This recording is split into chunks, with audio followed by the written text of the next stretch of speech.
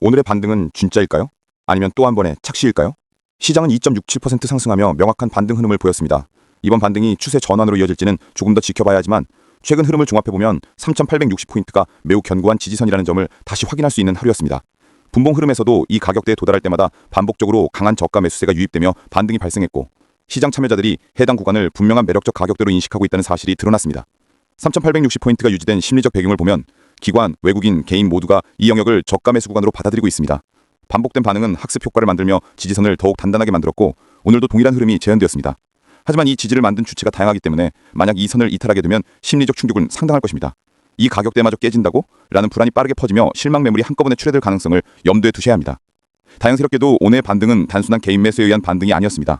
외국인과 기관이 모두 순매수로 전환했고 기관은 오랜만에 1조 원 이상을 매수하며 지수 반등을 적극적으로 이끌었습니다. 과거 3,860 구간에서도 양수급 주체가 번갈아 유입되는 패턴이 있었기 때문에 시장이 이 가격대를 의미 있는 지점으로 인식하고 있다는 점은 분명합니다.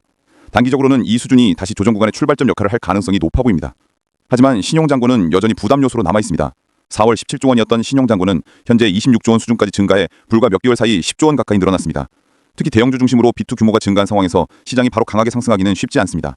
일반적으로 이런 구간에서 세력 수급은 개인 레버리지를 털어내는 조정 구간을 선호하는 경우가 많기 때문에 중기적으로 상승 가능성이 열려 있더라도 단기 조정의 확률을 배제하기는 어렵습니다. 이러한 구조는 SK 하이닉스에서도 확인됩니다.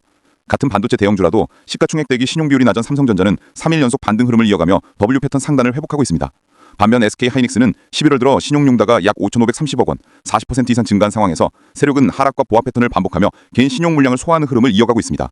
지수 역시 이와 유사한 구조적 조정을 거칠 가능성이 있어 보입니다. 오늘 시장에서는 기존 주도 섹터에도 다시 수급이 확대되었습니다.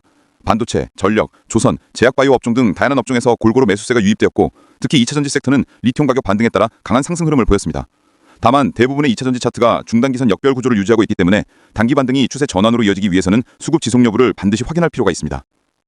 정리하면 오늘 시장은 단순히 지수가 오른 하루가 아니라 시장이 다시 한번 핵심 지지선을 확인하며 반등의 여지를 만들어준 하루였습니다.